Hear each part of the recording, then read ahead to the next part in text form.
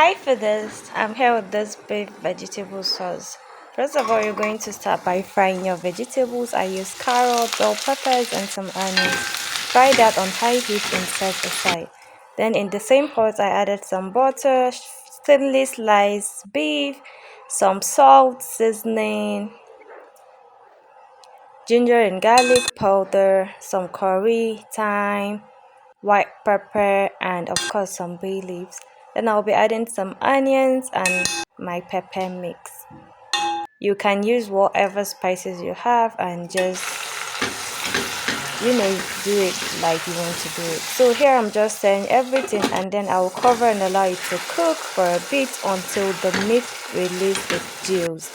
So here I'm going to add some water enough to cook my beef, and then I will allow that to cook until the water has reduced in quantity.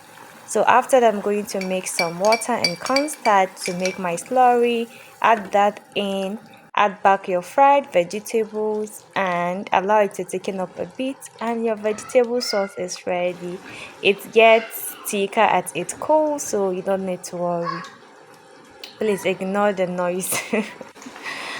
So as you can see, it's thickening up a bit, and I promise you it will thicken up when it cools down. Bye.